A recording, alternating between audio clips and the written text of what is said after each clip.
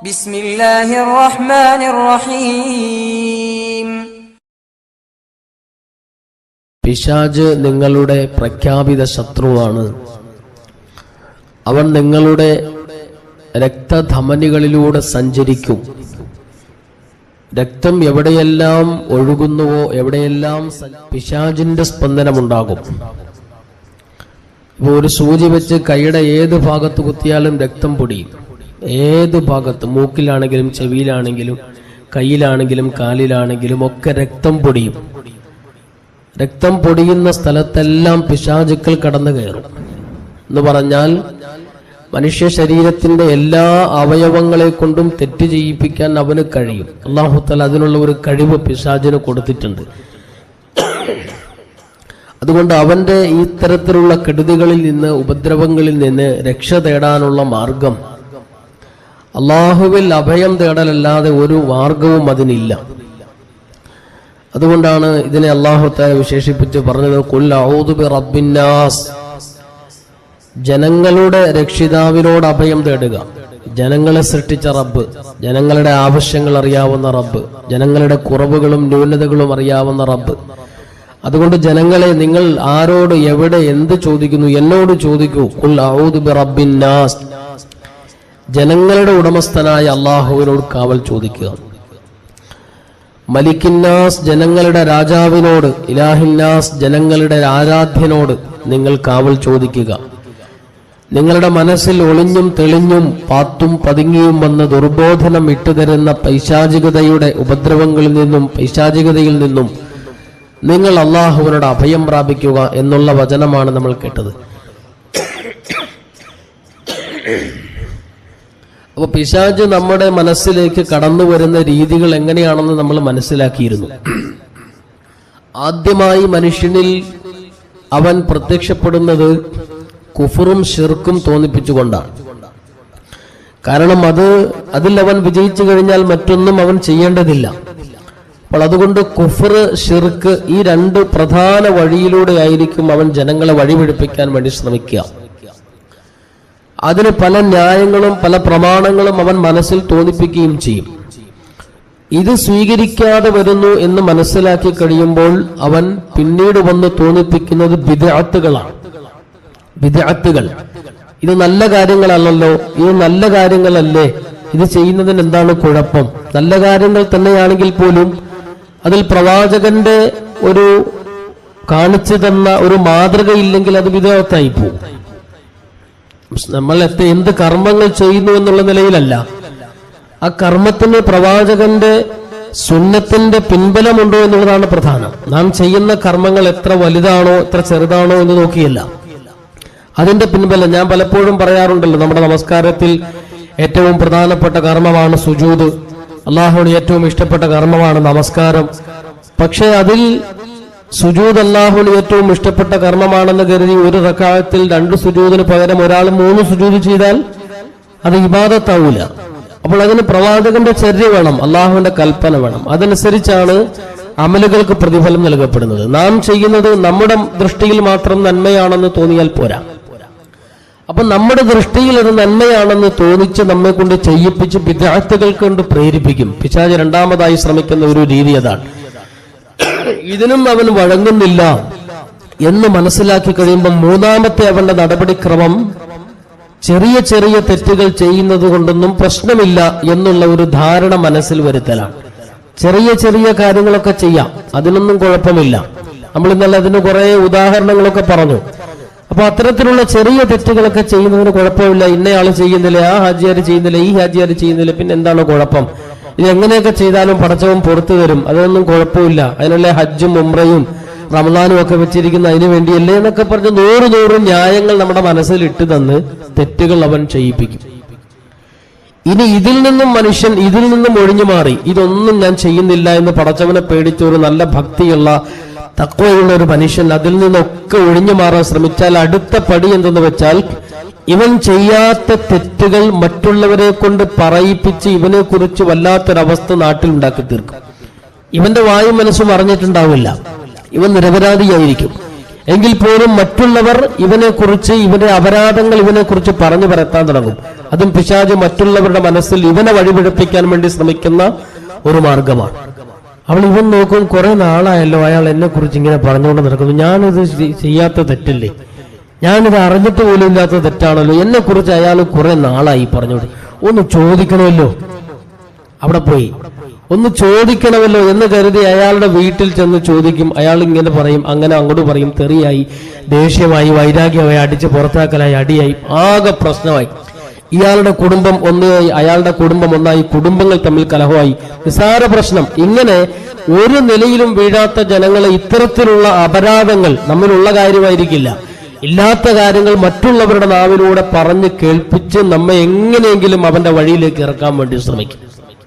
അതാണ് നബിതങ്ങൾ പറഞ്ഞത്, രക്തധമനികളിലൂടെ രക്തം പ്രവഹിക്കുന്ന മുഴുവൻ മാർഗങ്ങളിലൂടെയും പിശാച് നിങ്ങളെ വഴിപിഴപ്പിക്കാൻ ശ്രമിക്കുമെന്ന് പറഞ്ഞതിന്റെ പൊരുളതാണ്.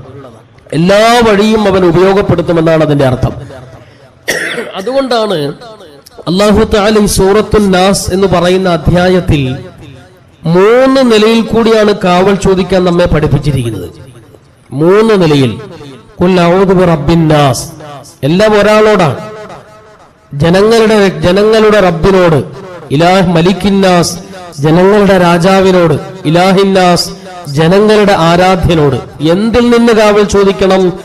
മിൻ ശർരിൽ വസ്വാസിൽ ഖന്നാസ്, ജനങ്ങളുടെ മനസ്സിൽ ഒളിഞ്ഞും തെളിഞ്ഞും വന്ന് പാത്തും പതുങ്ങിയും വന്ന് വസ്വാസിട്ട് തരുന്ന, ദുർബോധനം ഇട്ടു തരുന്ന പിശാചുക്കളിൽ നിന്ന്, മനുഷ്യ ജിന്ന് വർഗത്തിൽപ്പെട്ട പിശാചുക്കളിൽ നിന്ന് ഞാൻ കാവൽ ചോദിക്കുന്നുവെന്ന് 3 നിലയിലാണ് നാം അള്ളാഹുവിനെ വിളിക്കുന്നത്. ജനങ്ങളുടെ ഇലാഹേ, ജനങ്ങളുടെ രാജാവേ, ജനങ്ങളുടെ അധിപനെ, ജനങ്ങളുടെ രക്ഷിതാവേ എന്ന് വിളിച്ച് നാം പ്രാർത്ഥിക്കുക. അതേസമയം ഇനി നാം ഇന്ന് പഠിക്കാൻ പോകുന്ന അധ്യായത്തിൽ സൂറത്തുൽ ഫലഖ് ആണത്. സൂറത്തുൽ ഫലഖ് മക്കയിൽ അവതരിച്ച സൂറത്താണത്. 5 ആയത്തുകളാണ് അതിലുള്ളത്. അതിൽ പ്രധാനമായും അല്ലാഹു തആല കാവൽ ചോദിക്കുന്ന ആയത്തുകളാണ് പഠിപ്പിക്കുന്നത്. ഇതിൽ എല്ലാ വസ്തുക്കളുടെയും ഉപദ്രവങ്ങളിൽ നിന്ന് കാവൽ ചോദിക്കേണ്ട രീതി അല്ലാഹു തആല പഠിപ്പിക്കുന്നുണ്ട്. ഈ സമയത്ത് ഈ സൂറത്തിൽ അല്ലാഹു തആല പഠിപ്പിക്കുന്നത് ഒരേ സ്രോതസ്സിലുള്ള ഒരേ വ്യക്തിയോടാണ് ചോദിക്കുന്നതെങ്കിലും ഒരൊറ്റ കാവൽ മാത്രമേ ചോദിക്കാൻ പഠിപ്പിച്ചിട്ടുള്ളൂ. ഖുൽ അഊദു ബിറബ്ബിൽ ഫലഖ്, പുലരിയുടെ രക്ഷിതാവിനോട് കാവൽ ചോദിക്കുന്നുവെന്ന് പറ നബിയെ. പുലരിയുടെ രക്ഷിതാവിനോട്. മിൻ ശർരി മാ ഖലഖ്, അല്ലാഹു സൃഷ്ടിച്ച എല്ലാ സൃഷ്ടികളുടെയും കെടുതികളിൽ നിന്ന്, അവകളുടെ എല്ലാ ഉപദ്രവങ്ങളിൽ നിന്നും കാവൽ ചോദിക്കുന്നുവെന്ന് പറയൂ. അപ്പൊ പുലരിയുടെ രക്ഷിതാവിനോട് കാവൽ ചോദിക്കുന്നു എന്ന് മാത്രമേ ഇവിടെ പറഞ്ഞിട്ടുള്ളൂ. എല്ലാ ശർറിൽ നിന്നും പുലരിയുടെ രക്ഷിതാവിനോട് കാവൽ ചോദിക്കുന്നു. കാരണം എന്താ? ഇതിനേക്കാളൊക്കെ നമുക്ക് നിയന്ത്രിക്കാൻ കഴിയാത്ത കഠിനമായ വിപത്തുകൾ നമ്മുടെ സ്വന്തം ശരീരത്തിന്റെ ഇച്ഛയിൽ നിന്നും മനുഷ്യ ജിന്ന് വർഗത്തിലുള്ള പിശാചുക്കളിൽ നിന്നും ഉണ്ടാകും എന്നുള്ള സൂചനയാണ്. അതുകൊണ്ടാണ് അല്ലാഹു തആല 3 പ്രാവശ്യം വിളിക്കാൻ പറഞ്ഞത്. ജനങ്ങളുടെ ഉടമസ്ഥനായ അല്ലാഹുവേ, ജനങ്ങളുടെ രാജാവായ അല്ലാഹുവേ, ജനങ്ങളുടെ ആരാധ്യനായ അല്ലാഹുവേ എന്ന് വിളിച്ചിട്ടാണ് പിശാചുക്കളിൽ നിന്ന് നാം കാവൽ ചോദിക്കുന്നത്. ഈ സൂറത്തിൽ ഒരൊറ്റ കാവൽ നമ്മൾ ചോദിച്ചിട്ടുള്ളൂ. അല്ലാഹുവിന്റെ സൃഷ്ടികളിൽ നിന്നുള്ള എല്ലാ സൃഷ്ടികളിൽ നിന്നുമുള്ള കാവൽ പുലരിയുടെ ഉടമസ്ഥനായ അല്ലാഹു നിന്നോട് ചോദിക്കുന്നു എന്ന് മാത്രമേ പറഞ്ഞിട്ടുള്ളൂ. അവ പൈശാചികതയിൽ നിന്നുള്ള ഉപദ്രവം അത്ര കഠിനമാണെന്നാണ് ഈ ഒരു പ്രയോഗം തന്നെ നമുക്ക് മനസ്സിലാക്കി തരുന്നത്. എന്നിട്ട് അല്ലാഹു പറയുന്നു, മിൻ ശർരി മാ ഖലഖ്, നീ സൃഷ്ടിച്ച അല്ലാഹുവിന്റെ മുഴുവൻ സൃഷ്ടികളിൽ നിന്നുമുള്ള കാവൽ ചോദിക്കുന്നുവെന്ന് നബിയെ അല്ലാഹുവിനോട് ചോദിക്കുക. മിൻ ശർരി മാ ഖലഖ് വമിൻ ശർരി ഗാസിഖിൻ ഇദാ വഖബ്, രാത്രി അത് ഇരുൾമുറ്റി വരുമ്പോൾ, രാത്രി ഇരുണ്ടിരുണ്ട് വരുമ്പോൾ, ആ രാത്രിയിൽ ഉണ്ടായേക്കാവുന്ന കെടുതികളിൽ നിന്ന് ഞാൻ അല്ലാഹുവിൽ അഭയം പ്രാപിക്കുന്നു എന്ന് പറയുക. വമിൻ ശർരിൻ നഫാസാത്തി ഫിൽ ഉഖദ്, കെട്ടുകളിൽ ഓതുന്ന, സിഹർ ചെയ്യുന്ന, മാരണം ചെയ്യുന്നവരുടെ ഉപദ്രവങ്ങളിൽ നിന്നും ഞാൻ അല്ലാഹുവിനോട് കാവൽ ചോദിക്കുന്നു എന്ന് പറഞ്ഞു നബിയെ. വമിൻ ശർരി ഹാസിദിൻ ഇദാ ഹസദ്, അസൂയാലുക്കൾ അസൂയ വെക്കുമ്പോൾ അതിൽ നിന്നും ഉണ്ടായേക്കാവുന്ന ഷർറിൽ നിന്നും വിപത്തിൽ നിന്നും അല്ലാഹുവേ നിന്നോട് ഞാൻ അഭയം പ്രാപിക്കുന്നു എന്ന് പറയുക. അപ്പോൾ പുലരിയുടെ രക്ഷിതാവിനെ വിളിച്ചിട്ട് 4 കാര്യങ്ങളിൽ നിന്നും നാം അല്ലാഹുവിനോട് അഭയം തേടുകയാണ്. നബി സല്ലല്ലാഹു അലൈഹി വസല്ലമ തങ്ങൾ കാവൽ ചോദിക്കാൻ നമുക്ക് പഠിപ്പിച്ച സൂറത്താണ് ഇവ രണ്ടും. ആയിഷ റളിയല്ലാഹു അൻഹ പറഞ്ഞ ഹദീസ് നമ്മൾ കേട്ടു, ബുഖാരി ഉദ്ധരിച്ച ഹദീസ്. നബി സല്ലല്ലാഹു അലൈഹി വസല്ലമ തങ്ങൾ സ്വന്തം രോഗബാധിതനായി കിടന്നപ്പോൾ ഈ 2 സൂറത്തുകൾ കൈവെള്ളയിൽ ഓതി ശരീരമാസകലം തടവും. പ്രവാചകന് ഓതാൻ നിവൃത്തിയില്ലാതെ രോഗം മൂർച്ഛിച്ചപ്പോൾ ആയിഷ റളിയല്ലാഹു അൻഹ തന്നെ ഓതിയിട്ട് പ്രവാചകന്റെ കരങ്ങളിൽ ആയിഷ റളിയല്ലാഹു അൻഹ തന്നെ ഓതി പ്രവാചകന്റെ കൈകൾ കൊണ്ട് തന്നെ ആയിഷ റളിയല്ലാഹു അൻഹ അവിടുന്ന് ശരീരം തടകി കൊടുക്കുമായിരുന്നു. ഈ സൂറത്തിന് അങ്ങനെയുള്ള പ്രത്യേകതകളുണ്ട്. ബുഖാരി ഉദ്ധരിക്കുന്ന മറ്റൊരു ഹദീസിൽ കാണാം, സൂറത്തുൽ ഇഖ്ലാസ് അഥവാ ഖുൽ ഹുവല്ലാഹു അഹദ്, ഖുൽ അഊദു ബിറബ്ബിൽ ഫലഖ്, ഖുൽ അഊദു ബിറബ്ബിൻ നാസ്, ഈ 3 സൂറത്തുകളും ഓതാതെ തങ്ങൾ കിടന്നുറങ്ങിയിട്ടില്ല. ഈ 3 സൂറത്തുകളും രാത്രി സമയം ഇത് 3ഉം കൈവെള്ളയിൽ ഊതിയതിനു ശേഷമായിരുന്നു അവിടുന്ന് കിടന്ന് ഉറങ്ങാറുണ്ടായിരുന്നത്. എല്ലാവിധ വിപത്തുകളിൽ നിന്നും കാവൽ ചോദിച്ച് എല്ലാം അല്ലാഹുവിൽ സമർപ്പിച്ചുകൊണ്ടായിരുന്നു അവിടുന്ന് ഉറങ്ങിയത്. ഇതുപോലെ ചെയ്യണമെന്ന് പ്രവാചകൻ നമ്മെ പഠിപ്പിക്കുകയും ചെയ്തു. അപ്പൊ ഈ സൂറത്തിൽ നബി സല്ലല്ലാഹു അലൈഹി വസല്ലം തങ്ങൾ ആദ്യമായി തന്നെ പറഞ്ഞത് ആയത്തിലൂടെ ഖുൽ അഊദു ബിറബ്ബിൽ ഫലഖ്, പുലരിയുടെ രക്ഷിതാവിനോട് ഞാൻ കാവൽ ചോദിക്കുന്നു. ഫലക്ക് എന്ന് പറഞ്ഞാൽ ഒരു വസ്തു ഉള്ളിൽ നിന്ന് വെളിയിലേക്ക് വരുന്ന ഒരവസ്ഥയ്ക്കാണ് ഫലക്ക്. ഫാലിഖുൽ ഇസ്ബാഹ് എന്നൊക്കെ ഖുർആനിൽ പ്രയോഗമുണ്ട്. അതായത് പ്രഭാതം പൊട്ടിവിടരുമ്പോൾ എല്ലാ വസ്തുക്കളും ഉള്ളിൽ നിന്ന് വെളിയിലേക്ക് വരുന്ന വസ്തുക്കളാണല്ലോ. എല്ലാ വസ്തുക്കളും ഉള്ളിൽ നിന്ന് വെളിയിലേക്ക് വരുന്ന വസ്തുക്കളാണ്. മനുഷ്യന്റെ സൃഷ്ടിപ്പ് നോക്കൂ, ഒരു കോഴി കുഞ്ഞിനെ നോക്കൂ, മുട്ട അതിന്റെ തോട് പൊട്ടിച്ച് വെളിയിലേക്ക് വരികയാണ്. പ്രഭാതം നോക്കൂ, രാത്രിയിൽ നിന്നും അത് വെളിയിലേക്ക് വരികയാണ്. ഇങ്ങനെ എല്ലാ വസ്തുക്കളും, ഉറവ നോക്കൂ, അത് പാറയിൽ നിന്നും ഉള്ളിൽ നിന്ന് വെളിയിലേക്ക് വരികയാണ്. ഇങ്ങനെ എല്ലാ വസ്തുക്കളും ഉള്ളിൽ നിന്ന് വെളിയിലേക്ക് വരുന്നതാണ് ഇവകളെല്ലാം. അങ്ങനെ ഉള്ളിൽ നിന്ന് വെളിയിലേക്ക് വരുന്നതാണ് സർവ്വ വസ്തുക്കളും എന്നത് കൊണ്ടാണ് അല്ലാഹു തആല ഈ ഒരു പ്രയോഗം പ്രയോഗിച്ചത്. എല്ലാ വസ്തുക്കളും എന്നാണ് അതിന്റെ അർത്ഥം. ഉള്ളിൽ നിന്ന് വെളിയിലേക്ക് പൊട്ടി പുറപ്പെട്ടു വരുമ്പോൾ ഉണ്ടാകുന്ന അതിന്റെ എല്ലാവിധ വിപത്തുകളിൽ നിന്നും നിന്നോട് ഞാൻ കാവൽ ചോദിക്കുന്നു എന്ന് കാവൽ ചോദിക്കാൻ അല്ലാഹു തആല പറഞ്ഞു. മിൻ ശർരി മാ ഖലഖ്, അല്ലാഹു സൃഷ്ടിച്ച സർവ്വ വസ്തുക്കളുടെയും ഷർറിൽ നിന്ന്. അല്ലാഹു ലോകത്തുള്ള മുഴുവൻ വസ്തുക്കളും സൃഷ്ടിച്ചിരിക്കുന്ന മനുഷ്യന് വേണ്ടിയാണ്. വിശുദ്ധ ഹദീസിലൂടെ ഖുദ്സിയായ വചനത്തിലൂടെ അല്ലാഹു തന്നെ അറിയിക്കുന്നുണ്ട്, ഖലഖത്തുൽ അഷ്യാ ലി അജലിക്, മനുഷ്യ ഈ ലോകത്തുള്ള സർവ്വ വസ്തുക്കളും നിനക്ക് വേണ്ടിയാണ് നാം സൃഷ്ടിച്ചത്. അതിന്റെ പരിധിയിൽ നിന്നുകൊണ്ട് നിനക്ക് ആസ്വദിക്കാം. എല്ലാം നിന്റെ പ്രയോജനത്തിന് വേണ്ടിയാണ് നാം സൃഷ്ടിച്ചത്. എന്നാൽ ഖലഖതുക ലി അജലി, നിന്നെ സൃഷ്ടിച്ചത് എനിക്ക് വേണ്ടിയാണ്. ഈ വസ്തുക്കളൊക്കെ പ്രപഞ്ചവും പ്രപഞ്ചത്തിലുള്ള സർവ്വ വസ്തുക്കളും, സൂര്യനും ചന്ദ്രനും ഗോളങ്ങളും ഇവിടെയുള്ള സർവ്വ വസ്തുക്കളുമൊക്കെ ഒരു നിലയിൽ കൂടി അല്ലെങ്കിൽ മറ്റൊരു നിലയിൽ മനുഷ്യന് പ്രയോജനമുള്ളതാണ്. അതുകൊണ്ട് അതിന്റെ പ്രയോജനം അതിർത്തി ലംഘിക്കാത്ത നിലയിൽ ആസ്വദിക്കുക, നിന്നെ സൃഷ്ടിച്ചതിന്റെ ലക്ഷ്യം മറന്നു പോവാതെ എന്നെ ആരാധിക്കുക. ഇതാണ് അല്ലാഹുവിന്റെ ലക്ഷ്യം. മനുഷ്യ സൃഷ്ടിപ്പിന്റെയും ഈ പ്രപഞ്ച സൃഷ്ടിപ്പിന്റെയും പിന്നിലുള്ള ലക്ഷ്യമതാണ്. അപ്പൊ ലോകത്തുള്ള മുഴുവൻ വസ്തുക്കളും നമുക്ക് വേണ്ടി, നമ്മുടെ നന്മയ്ക്ക് വേണ്ടി, നമ്മുടെ പ്രയോജനത്തിന് വേണ്ടി അല്ലാഹു സൃഷ്ടിച്ചതാണെന്ന് റബ്ബ് തന്നെ പറയുന്നുണ്ട്. എങ്കിൽ പോലും ഇവകളിൽ ചില പ്രശ്നങ്ങളുണ്ടല്ലോ, ഇവകളിൽ ചില കെടുതികളുണ്ട്. അതുകൊണ്ടാണ് നബി സല്ലല്ലാഹു അലൈഹി വസല്ലമ തങ്ങൾ ഒരു പുതിയ വസ്ത്രം ധരിച്ചാൽ പോലും ദുആ ചെയ്യും. പുതിയ വസ്ത്രം കൊണ്ട് പ്രയോജനമല്ലേ ഉള്ളൂ. എങ്കിൽ പോലും പുതിയ വസ്ത്രം അവിടുന്ന് ധരിക്കുന്നതിന് മുമ്പ് ദുആ ചെയ്യും. ബിസ്മില്ലാഹിർ റഹ്മാനിർ റഹീം, അല്ലാഹുമ്മ ഇന്നി അസ്അലുക ഖൈറഹാ വ ഖൈറ മാ സുനിഅ ലഹാ വ അഊദു ബിക മിൻ ശർരിഹി വ ശർരി മാ സുനിഅ ലഹു. അല്ലാഹുവേ, ഈ വസ്ത്രം നിർമ്മിക്കപ്പെട്ടതിലും ഈ വസ്ത്രത്തിലും എന്തെല്ലാം നന്മകൾ നീ അടക്കം ചെയ്തിട്ടുണ്ടോ ആ നന്മകളെല്ലാം നിന്നോട് ഞാൻ ചോദിക്കുകയാണ്. ഈ വസ്ത്രത്തിലും ഇത് നിർമ്മിക്കപ്പെട്ടതിലും ഇത് നിർമ്മാണത്തിലും എന്തെല്ലാം കെടുതികൾ, എന്തെല്ലാം ഷർറുകൾ, എന്തെല്ലാം ഇടങ്ങേറുകൾ, ബുദ്ധിമുട്ടുകൾ ഉണ്ടായിട്ടുണ്ടോ, സൃഷ്ടിക്കപ്പെട്ടിട്ടുണ്ടോ, അതിന്റെ എല്ലാവിധ കെടുതികളിൽ നിന്നും നിന്നോട് ഞാൻ കാവൽ ചോദിക്കുക.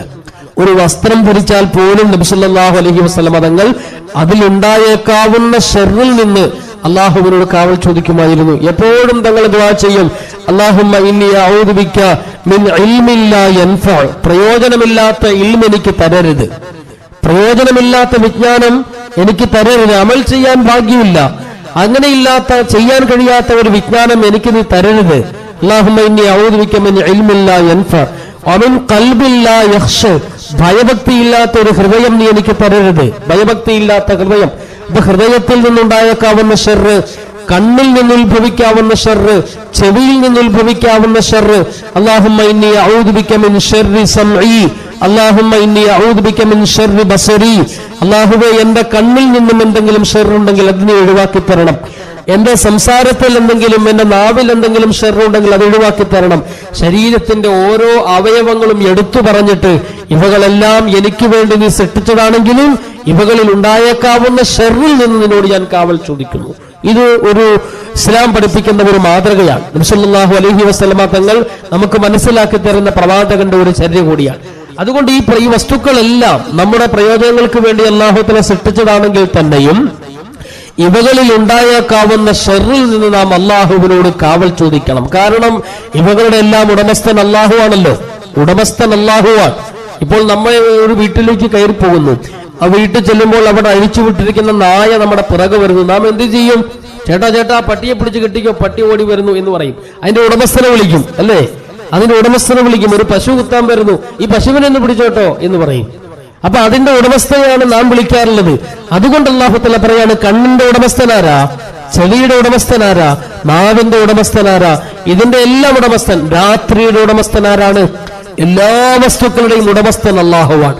അതുകൊണ്ട് എല്ലാ വസ്തുക്കളുടെയും നിന്നുണ്ടായേക്കാവുന്ന ഉപദ്രവങ്ങളിൽ നിന്ന് അതിന്റെ ഉടമസ്ഥനായ അല്ലാഹുവിൽ നിങ്ങൾ അഭയം പ്രാപിക്കണം. അതിന്റെ ഉടമസ്ഥനായ അല്ലാഹുവിൽ നിങ്ങൾ ശരണം പ്രാപിക്കണം. അല്ലാഹുവിനോട് നിങ്ങൾ കാവൽ ചോദിച്ചു കൊണ്ടിരിക്കണം എന്ന് നബി സല്ലല്ലാഹു അലൈഹി വസല്ലം തങ്ങൾ പറഞ്ഞു. എല്ലാ വസ്തുക്കളും നന്മയുണ്ടെങ്കിലും എല്ലാ വസ്തുക്കളിലും ഷർറുമുണ്ട്. പേന, അത് നന്മയെ അതുകൊണ്ടുള്ളൂ. ഒരുപാട് നന്മകളുണ്ട്, ഒരുപാട് പ്രയോജനങ്ങളുള്ളതാണ് പേന. പക്ഷെ പേന കൊണ്ട് എഴുതുന്ന ചില വാചകങ്ങൾ ചിലപ്പോൾ കൊലയ്ക്ക് വരെ സാധ്യതയായേക്കാം. ചിലപ്പോൾ ഒരാളുടെ സമ്പത്ത് മുഴുവനും സൈൻ ചെയ്യുന്നത് കൊണ്ട് നഷ്ടപ്പെട്ടേക്കാം. എന്തെല്ലാം വിപത്തുകൾ ഉണ്ടായേക്കാം പേന കൊണ്ട്.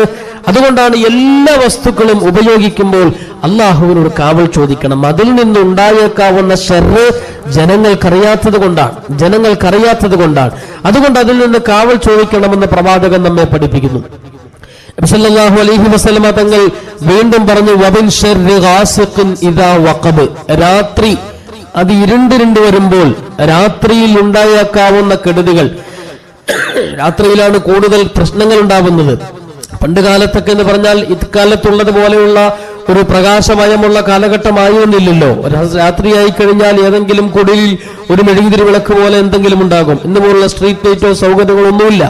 അതുകൊണ്ട് രാത്രി സമയങ്ങളിലാണ് ജനങ്ങൾ മോഷ്ടിക്കാനും അതുപോലെ രാജ്യം പിടിച്ചടക്കാനും ജനങ്ങളെ തോൽപ്പിക്കാനും മോഷ്ടിക്കാനും ഒക്കെ വരുന്നത് രാത്രി സമയങ്ങളിലായിരുന്നു. അതുകൊണ്ട് അതുപോലെ ഇഴജന്തുക്കളുടെ കടന്നുകയറ്റം, വെളിച്ചമില്ലാത്തത് കൊണ്ട് ഇഴജന്തുക്കൾ, അന്ന് വനങ്ങളിലൊക്കെയാണ് ജനങ്ങൾ താമസിച്ചുകൊണ്ടിരുന്ന വന്യജീവികൾ, ഇവകളുടെ ഒക്കെ ഉപദ്രവം ഉണ്ടാകാം. അതുകൊണ്ട് അല്ലാഹു പറഞ്ഞു, രാത്രിയായി കഴിഞ്ഞാൽ രാത്രിയുടെ എല്ലാ ഉപദ്രവങ്ങളിൽ നിന്നും നിങ്ങൾ അല്ലാഹുവിനോട് കാവൽ ചോദിക്കണം. രാത്രി ഒരുപാട് ഉപദ്രവങ്ങൾ പതിയിരിപ്പുണ്ടല്ലോ. അതുകൊണ്ട് നബി സല്ലല്ലാഹു അലൈഹി വസല്ലം തങ്ങൾ പറഞ്ഞു, ഇന്ന ശംസ ഇദാ ഖറബത്, സൂര്യൻ അസ്തമിച്ചു കഴിഞ്ഞാൽ ഇന്തശറത്തി ശയാത്തീൻ, ശൈത്താൻ അതിങ്ങനെ പരക്കും. ഭൂമിയിൽ ശൈത്താൻ ഇങ്ങനെ പരക്കും രാത്രിയായി കഴിഞ്ഞാൽ, സന്ധ്യയായി കഴിഞ്ഞാൽ. ഫഖ്ഫതു സുബിയാനക്കും, അതുകൊണ്ട് ആ സമയത്ത് നിങ്ങളുടെ കുട്ടികളെ വെളിയിലിറക്കരുത്. പഴയ കാരണവന്മാരൊക്കെ പറയുമ്പോ നമുക്ക് ഇന്ന് പുച്ഛമാണ്. കാരണവന്മാര് പറയുന്ന ചില കാര്യങ്ങളിലൊക്കെ അർത്ഥമുണ്ട്. എല്ലാ കാര്യങ്ങളും നമുക്ക് ഉൾക്കൊള്ളാൻ കഴിയില്ലെങ്കിലും ചില കാര്യങ്ങളിലൊക്കെ അർത്ഥമുണ്ട്. രാത്രി സമയം സന്ധ്യയായി മക്കളെ അകത്തേക്ക് കയറി പോകുന്നൊക്കെ കാരണവന്മാര് പറയും. അതൊക്കെ ശ്രദ്ധിക്കേണ്ട കാര്യമാണ്. നബി സല്ലല്ലാഹു അലൈഹി വസല്ലം തങ്ങൾ പറഞ്ഞു, സന്ധ്യയാകുമ്പോൾ നിങ്ങൾ നിങ്ങളുടെ സന്താനങ്ങളെ വീടിനകത്തിരുത്തുക, അവരെ വെളിയിലേക്ക് ഇറക്കി വിടാതിരിക്കുക. വഅബ്സു മവാശിക്കും, നിങ്ങളുടെ മൃഗങ്ങളെ പിടിച്ചു കെട്ടുക, മൃഗങ്ങളെ തുറന്നു വിടരുത്. സന്ധ്യയായി കഴിയുമ്പോൾ അവകളെ പിടിച്ച് തൊഴുത്തിൽ മറ്റോ പിടിച്ച് അവകൾക്കുള്ള താവളത്തിൽ പിടിച്ച് ബന്ധിക്കുക. ഹത്താ തദ്ഹബ ഫഹ്മത്തൽ ഇശാ, രാത്രിയുടെ ആ ഒരു അവസ്ഥ മാറുന്നത് വരെ, അഥവാ പ്രഭാതം വരെ നിങ്ങളുടെ കുട്ടികളെ ആവശ്യമില്ലാതെ വെളിയിലേക്ക് ഇറക്കി വിടുകയോ മൃഗങ്ങളെ തുറന്നു വിടുകയോ അഴിച്ചുവിടുകയോ ചെയ്യാതിരിക്കുക എന്ന് നബി സല്ലല്ലാഹു അലൈഹി വസല്ലം പറഞ്ഞു. കാരണം എന്താ? ഈ രാത്രിയിൽ പതിയിരിക്കുന്ന ഇടങ്ങേറുകൾ, അത് ഏത് നെൽക്കൂടിയുള്ള ഇടങ്ങേറുകളാണെങ്കിലും, വന്യജീവികളുടെ ആണെങ്കിലും, ജന്തുജാലങ്ങളുടെ, ഇടജന്തുക്കളുടെ ഒക്കെ, അതുപോലെ ജിന്ന് പിശാചുക്കളുടെ ഒക്കെ, ഇവകളിൽ നിന്നുണ്ടായേക്കാവുന്ന എല്ലാ ഷർറുകളിൽ നിന്നും രക്ഷ പ്രാപിക്കാൻ വേണ്ടി സല്ലല്ലാഹു അലൈഹി വസല്ലം തങ്ങൾ പ്രാർത്ഥിക്കണമെന്ന് മാത്രമല്ല പറഞ്ഞത്, അല്ലാഹുവിനോട് ശരണം പ്രാപിക്കണമെന്ന് മാത്രമല്ല പറഞ്ഞത്, അതിനുള്ള നടപടി എന്ന നിലയിൽ നിങ്ങളുടെ കുഞ്ഞുങ്ങളെ വീട്ടിൽ കയറ്റിയിരുത്തണം.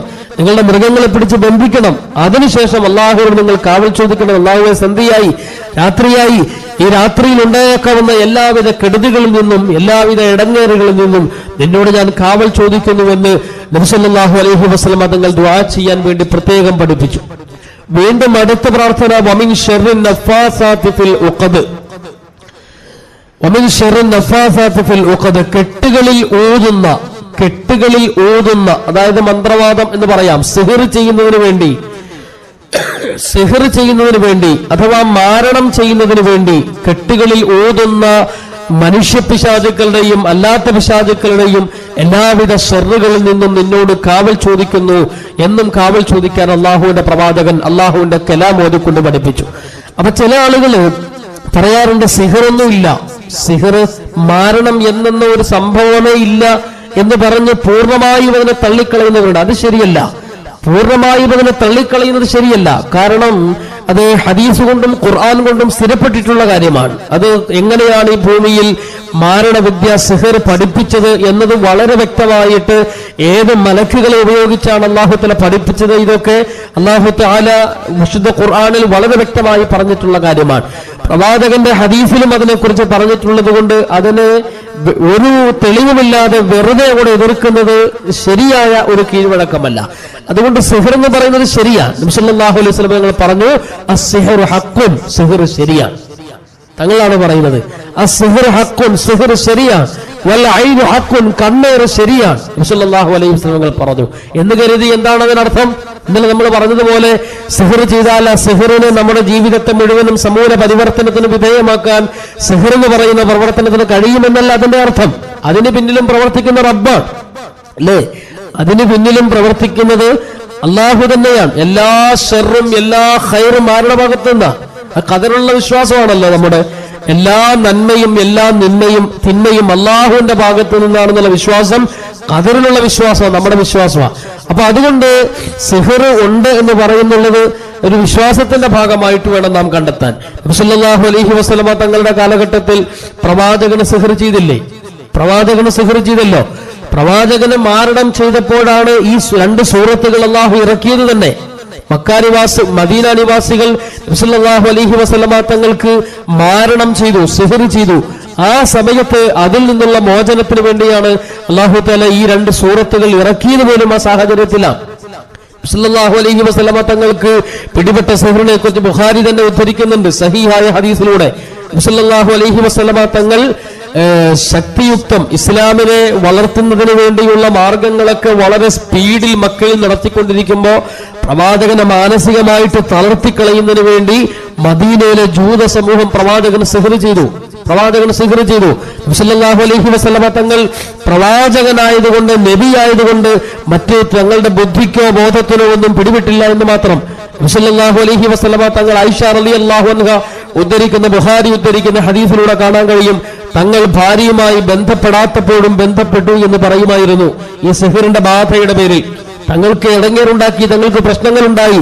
തങ്ങൾ ബന്ധപ്പെട്ടില്ലെങ്കിലും ഭാര്യയുമായി ബന്ധപ്പെട്ടു എന്ന് തറപ്പിച്ച് പറയും, ബന്ധപ്പെടാത്തപ്പോഴും ബന്ധപ്പെട്ടു എന്ന് പറയും, ബന്ധപ്പെട്ടില്ലെങ്കിലും അങ്ങനെ പറഞ്ഞുകൊണ്ടിരിക്കുന്ന ഒരു സാഹചര്യം, പല മറവി, പല ഒരു ഇടങ്ങേറുകൾ സാധാരണയ്ക്ക് വിപരീതമായി പ്രവാചകന് സംഭവിക്കാൻ തുടങ്ങി. സല്ലല്ലാഹു അലൈഹി വസല്ലം തങ്ങൾക്ക് തന്നെ മാനസികമായിട്ട് വലിയ ബുദ്ധിമുട്ടുണ്ടാക്കി. അങ്ങനെ പ്രവാചകൻ ഇത് മനസ്സിലാക്കുന്നതിന് വേണ്ടി ഇങ്ങനെ ഒരിക്കൽ തങ്ങൾ ഇങ്ങനെ കിടന്നുറങ്ങുമ്പോൾ 2 മലക്കുകൾ വന്നു. പ്രവാചകനെ അല്ലാഹു തആല മനസ്സിലാക്കി കൊടുക്കുകയാണ്. 2 മലക്കുകൾ വന്നു. ഒരു മലക്ക് പ്രവാചകന്റെ തലയുടെ ഭാഗത്ത് വന്നിരുന്നു, ഒരു മലക്ക് പ്രവാചകന്റെ കാലിന്റെ ഭാഗത്ത് വന്നിരുന്നു. തലയുടെ ഭാഗത്തിരിക്കുന്ന മലക്കിനോട് കാലിന്റെ ഭാഗത്തിരിക്കുന്ന മലക്ക് ചോദിക്കുകയാണ്, പ്രവാചകനെ ഉറങ്ങിക്കിടക്കുക, സ്വപ്നത്തിൽ തങ്ങൾ ഇങ്ങനെ കാണുകയാണ്, എല്ലാം അല്ലാഹു തആല കാണിച്ചു കൊടുക്കുക. അപ്പൊ കാലിന്റെ ഭാഗത്തിരിക്കുന്ന മലക്ക് ചോദിക്കുന്നു, എന്ത് പറ്റി, ഇയാൾക്ക് എന്താണ് പറ്റിയത് എന്ന് ചോദിക്കുക. പ്രവാചകനെല്ലാം മനസ്സിലാക്കി കൊടുക്കുന്ന ഒരു രീതിയാണത്. അപ്പൊ തലഭാഗത്തിരിക്കുന്ന ആള് പറയുകയാണ്, മൂപ്പര് സിഹിർ ബാധിച്ച് കിടക്കുകയാണ്, അതുകൊണ്ടാണ് ഈ പ്രശ്നം. അപ്പോൾ വീണ്ടും അയാൾ ചോദിക്കുകയാണ്, ആ മലക്ക് ചോദിക്കുകയാണ്, ആരാണ് സിഹിർ ചെയ്തത്? അപ്പോൾ പറയുകയാണ്, സിഹിർ ചെയ്തത് ജൂതന്റെ നേതാവായ ലബീദ് ഇബ്നു ആസം എന്ന് പറയുന്ന മനുഷ്യനാണ് സിഹിർ ചെയ്തിട്ടുള്ളത്. വീണ്ടും ചോദിക്കുന്നു, ആ മലക്ക് തലഭാഗത്തിരിക്കുന്ന മലക്കിനോട്, എന്ത് വസ്തുവിലാണ് സിഹിർ ചെയ്തത്? എന്ത് വസ്തുവിൽ? പ്രവാചകനെ ഇത് അറിയിച്ചു കൊടുക്കലാണ് ലക്ഷ്യം. എന്ത് വസ്തുവിലാണ് സിഹ്ർ ചെയ്തത്? അപ്പോൾ തലഭാഗത്തിരിക്കുന്ന മലക്ക് പറയുകയാണ്, ചീപ്പ്, മുടി, നഖം പോലുള്ള വസ്തുക്കളിലാണ് സിഹ്ർ ചെയ്തിട്ടുള്ളത്. വീണ്ടും ആ മലക്ക് ചോദിച്ചു, എവിടെയാണ് സിഹ്ർ ചെയ്തിട്ടുള്ളത്? അപ്പോൾ തലഭാഗത്തിരിക്കുന്ന മലക്ക് പറഞ്ഞു, അത് ദഅവറാൻ എന്ന് പറയുന്ന കിണറ്റിനുള്ളിലാണ് സിഹ്ർ ചെയ്തിരിക്കുന്നത്. ദഅവറാൻ എന്ന് പറയുന്ന മക്കയിലെ ഒരു പൊട്ടക്കിണറുണ്ട്, ആ കിണറിനുള്ളിലാണ് സിഹ്ർ ചെയ്തിരിക്കുന്നത്. ഇത്രയുമായപ്പോൾ തങ്ങൾ ഉറക്കത്തിൽ നിന്ന് ചാടി എഴുന്നേറ്റു. എന്നിട്ട് തങ്ങളുടെ സഹാബാക്കളെ വിളിച്ചിട്ട് പറഞ്ഞു, മക്കയിലുള്ള ദഅവറാൻ എന്ന് പറയുന്ന കിണറിന്റെ അടുത്തേക്ക് നമുക്ക് പോകണം. പ്രവാചകനും സഹാബാക്കളെയും മറ്റ് ദഅവറാൻ എന്ന് പറയുന്ന പൊട്ടക്കിണറിന്റെ സമീപത്ത് ചെന്നു. അവിടെ ചെന്ന് കിണറിലേക്ക് നോക്കുമ്പോൾ ഐഷ റളിയല്ലാഹു അൻഹ പറയുകയാണ്, പ്രവാചകൻ ഞങ്ങളോട് പറയുന്നു, കിണറിലെ വെള്ളം മൈലാഞ്ചിയുടെ കളറായിരുന്നു അത്രേ. കിണറിലെ വെള്ളം മൈലാഞ്ചിയുടെ കളറായിരുന്നു. നബി സല്ലല്ലാഹു അലൈഹി വസല്ലം തങ്ങൾ സഹാബാക്കളോട് കൽപ്പിച്ചു, അത് ദഅവറാണെന്ന് പറയുന്ന കിണറിനെ ആ സമയത്ത് തന്നെ മൂടിക്കളയാൻ വേണ്ടി കൽപ്പിച്ചു. തങ്ങളുടെ കൽപ്പന പ്രകാരം സഹാബാക്കൾ അത് മൂടി അത് മുഴുവനും നശിപ്പിച്ചു കളഞ്ഞതായിട്ട് ബുഖാരി ഉദ്ധരിക്കുന്ന ഹദീസിൽ നമുക്ക് കാണാം. ഏതാണ്ട് ബുഖാരി 2-ാം വാള്യം 858-ാമത്തെ പേജിൽ ഇതിനെക്കുറിച്ച് സവിസ്തരം പ്രതിപാദിക്കുന്നുണ്ട്. അപ്പൊ അതുകൊണ്ട് സിഹ്ർ എന്ന് പറയുന്നത് പാടെ നിഷേധിച്ച് അങ്ങനെ ഒരു സംഭവം ഇല്ല എന്ന് പറയുന്നത് ശരിയല്ല. നബി സല്ലല്ലാഹു അലൈഹി വസല്ലം തങ്ങൾക്ക് അപ്രകാരം ചെയ്തിട്ടുണ്ട്. അത് ചെയ്യുന്ന വ്യക്തികളാണെങ്കിൽ പോലും അതിൽ പ്രതിഫലനം ഉളവാക്കുന്നത് അള്ളാഹു മാത്രമാണ് എന്നുള്ള ഒരു വിശ്വാസമായിരിക്കണം നമുക്ക് വേണ്ടത്. സിഹ്റിനെ തള്ളിപ്പറയല്ല ചെയ്യേണ്ടത്. അപ്പൊ ഇവിടെ നമ്മൾ മനസ്സിലാക്കേണ്ട മറ്റൊരു കാര്യം, സിഹ്ർ എന്ന് പറയുന്ന ആ ഒരു സിഹ്ർ ചെയ്യുന്ന, മാരണം ചെയ്യുന്ന ഒരു വ്യക്തിക്ക് സിഹ്റിലൂടെ ഒരു വസ്തുവിന്റെ പ്രകൃതിയിൽ മാറ്റം വരുത്താനോ പുതിയൊരു സംഭവം ചെയ്യിക്കാനോ ഒന്നും കഴിയില്ല. പുതിയൊരു സംഭവം ചെയ്യിക്കാനോ ഒരു വസ്തുവിൽ മാറ്റം വരുത്താനോ ഒന്നും കഴിയുകയില്ല. പിന്നെ എന്താണ് സാധിക്കുന്നത്? സിഹ്ർ ചെയ്യുന്ന ഒരു വ്യക്തിക്ക് ഇത്രയും സാധിക്കും, അള്ളാഹുവിന്റെ സഹായത്തോടുകൂടി ആ മനുഷ്യന്റെ പഞ്ചേന്ദ്രിയങ്ങളിൽ, മനുഷ്യന്റെ ഇന്ദ്രിയങ്ങളിൽ എന്തെങ്കിലും ഒരു ചലനം, അഥവാ കണ്ണുകൊണ്ട് കാണുമ്പോൾ മറ്റേന്തെങ്കിലുമായിട്ട് തോന്നിക്കപ്പെടുക, ചെവി കൊണ്ട് കേൾക്കുമ്പോൾ സാധാരണ കേൾക്കേണ്ടതിന് പകരം വേറെ എന്തെങ്കിലുമൊക്കെ ആയിട്ട് കേൾക്കുക, ഇങ്ങനെ ചെറിയൊരു മാറ്റം വരുത്താനേ സിഹ്റിന് കഴിയുകയുള്ളൂ എന്നുള്ളതാണ് മുഹദ്ദിസുകളുടെ, മുഫസ്സിറുകളുടെ അഭിപ്രായം. അതുകൊണ്ടാണല്ലോ മൂസാ നബി അലൈഹി സ്വലാത്തു വസ്സലാമിന്റെ സംഭവത്തില് ഫിറഔനുമായിട്ടുള്ള ഒരു മത്സരം നടന്നല്ല. മൂസാ നബി അലൈഹി സ്വലാത്തു വസ്സലാം, മൂസാ നബിയും ഫിറഔനും തമ്മിലുള്ള ഒരു മത്സരം. ഈ മത്സരത്തിന് വേണ്ടി അവർ വേദിയൊരുക്കി ഒരു പെരുന്നാൾ സുദിനത്തില്. ആ സമയത്ത് മൂസാ നബിയെ പരാജയപ്പെടുത്തുന്നതിന് വേണ്ടി ഫിറഔന്റെ ആളുകൾ 70,000-ഓളം വരുന്ന ജാലവിദ്യക്കാരാണല്ലോ വന്നത്. 70,000 ജാലവിദ്യക്കാർ, സാഹിര്യങ്ങൾ, മാജിക്കുകാർ, സിഹ്ർ അറിയാവുന്നവർ, മാരണവിദ്യക്കാർ. അവരെന്താണ് ചെയ്തത്? അവരുടെ വടികളും കയറുകളുമായിട്ടാണ് വന്നത്. വടികളും കയറുകളും. അവർ കൊണ്ടുവന്ന കയറുകൾ ഏതോ ഒക്കെ സിഹ്റിന്റെ മന്ത്രത്തിന്റെ വാചകങ്ങളൊക്കെ ജപിച്ച് മൂസാ നബിയുടെ മുന്നിൽ ഇങ്ങനെ വലിച്ചെറിഞ്ഞു. കയറാണ് വലിച്ചെറിഞ്ഞത്. ഖുർആൻ പറയുന്നുണ്ട്, കയറാണ് വലിച്ചെറിഞ്ഞത്. ഈ സമയത്ത് എന്ത് ചെയ്തു? ഫഇദാ ഹിബാലുഹും വഇസിയുഹും യുഖയ്യലു ഇലൈഹി മിൻ സിഹ്രിഹിം അന്നഹാ തസ്ആ. ഖുർആൻ സൂറത്ത് താഹയിലൂടെ അല്ലാഹു തആല പറയുകയാണ്, ഈ സമയത്ത് കുഫാറുകൾ, മാരണവിദ്യക്കാർ വലിച്ചെറിഞ്ഞത് കയറുകളാണ്. ഏതോ മന്ത്രങ്ങളൊക്കെ ജപിച്ചുകൊണ്ട് അവരുടെ ജാലവിദ്യ എന്ന നിലയിൽ കൂടി കയറുകൾ വലിച്ചെറിഞ്ഞപ്പോൾ മൂസാ നബിക്ക് തോന്നിക്കപ്പെട്ടു. അല്ലാഹ് അങ്ങനെയാ പറയുന്നത്, അത് ഒറിജിനൽ പാമ്പായി മാറി എന്ന് റബ്ബ് പറയുന്നില്ല. ഫഇദാ ഹിബാലുഹും വഇസിയുഹും യുഖയ്യലു ഇലൈഹി മിൻ സിഹ്രിഹിം അന്നഹാ തസ്ആ. ആ കുഫാറുകൾ, ഫിറഔന്റെ പടയാളികൾ ചെയ്ത സിഹ്റിന്റെ പേരിൽ, മിൻ സിഹ്രിഹിം, അവർ ചെയ്ത സിഹ്റിന്റെ പേരിൽ, യുഖയ്യലു ഇലൈഹി, മൂസാ നബിക്ക് തോന്നിക്കപ്പെട്ടു, അന്നഹാ തസ്ആ, ആ കയറുകൾ പാമ്പായി ചലിക്കുന്നു, ഓടി വരുന്നുവെന്ന് തോന്നിക്കപ്പെട്ടു എന്നാ പറയുക. അത് പാമ്പായി എന്ന് പറയുന്നില്ല. അപ്പൊ അതുകൊണ്ട് സിഹ്റിന് ഒരു വസ്തുവിന്റെ രൂപം മുഴുവനും മാറ്റാൻ കഴിയുകയില്ല. നമ്മുടെ മനസ്സിൽ എന്തോ ഒരു വസ്തുക്കൾ അതിന് വിപരീത ഫലം ഉളവാക്കാൻ മാത്രമേ കഴിയൂ. ഒരു വസ്തുവിന്റെ ഒറിജിനാലിറ്റിക്ക് മാറ്റം വരുത്താൻ കഴിയില്ല. അതുകൊണ്ടാണല്ലോ ഒറിജിനാലിറ്റിക്ക് മാറ്റം വരാത്തത് കൊണ്ടാണ് മൂസാ നബി അലൈഹി സ്വലാത്തു വസ്സലാം ഇത് കണ്ട് ഉടൻ തന്നെ ഭയപ്പെട്ടു. ഖുർആൻ പറയുന്നു, ഫഔജസ ഫീ നഫ്സിഹി ഖീഫതൻ മൂസ. ഈ കയറുകൾ പാമ്പ് രൂപത്തിലായി മാറി മൂസാ നബിയുടെ കണ്ണിൽ പാമ്പാണെന്ന് തോന്നിക്കപ്പെട്ട് കഴിഞ്ഞപ്പോൾ ഫഔജസ ഫീ നഫ്സിഹി ഖീഫതൻ മൂസ, മൂസാ നബിക്ക് ഭയമായി അത്രേ. ഖുർആൻ, മൂസാ നബി പേടിച്ചു വിറച്ചു. അപ്പൊ അല്ലാഹ് എന്ന് പറഞ്ഞു, ഖുൽനാ ലാ തഖഫ്, നീ എന്തിനാ മൂസ പേടിക്കുന്നത്? ഇന്നക അന്തൽ അഅ്ല, നീ ഉന്നതനാണ്, ഇത് മാജിക്കാണ്, ഇത് കൺകെട്ടാണ്, നീ പേടിക്കണ്ട എന്ന് ധൈര്യം പറഞ്ഞു കൊടുത്തപ്പോൾ മൂസാ നബിയുടെ പേടി മുഴുവനും പോയി. ഖുർആൻ അപ്പോൾ അത് ഒറിജിനൽ പാമ്പായിരുന്നില്ല. പിന്നെയോ അത് മൂസാ നബിക്ക് തോന്നിക്കപ്പെട്ടു എന്നാണ് ഖുർആൻ പറയുന്നത്. അതുകൊണ്ട് സിഹർ എന്ന് പറയുന്ന ആ ഒരു പ്രവർത്തനം കൊണ്ട് ഒരു വസ്തുവിന് അടിമുടി മാറ്റം വരുത്താൻ കഴിയില്ല, ഒരു വസ്തുവിന്റെ രൂപം മുഴുവൻ മാറ്റാൻ കഴിയില്ല. നമ്മുടെ മനസ്സിൽ ചില തോന്നലുകൾ സൃഷ്ടിക്കാൻ മാത്രമേ കഴിയുകയുള്ളൂ. നബിക്കും അതല്ലേ തോന്നിയത്. നബിക്ക് തന്നെ ഭാര്യയെ പ്രാപിക്കാതിരിക്കുമ്പോഴും പ്രാപിച്ചു എന്ന ചിന്ത വരിക. ഇങ്ങനെ ചില ചിന്തകൾ നമ്മുടെ മനസ്സിൽ, നമ്മുടെ ഇന്ദ്രിയങ്ങളിൽ തോന്നിപ്പിക്കാൻ മാത്രമേ സിഹറിന് കഴിയുകയുള്ളൂ. അള്ളാഹു ആ ഒരു ശക്തിയാണ് അതിൽ നിക്ഷേപിച്ചത് എന്നാണ് ഇതിലൂടെ നമുക്ക് മനസ്സിലാക്കാൻ കഴിയുന്നത്.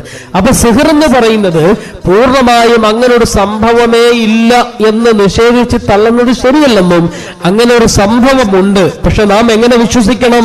സിഹറും ചെയ്യപ്പെട്ടു കഴിഞ്ഞാൽ ആ സിഹറിന് നമ്മെ ഒന്നും ചെയ്യാൻ കഴിയില്ല.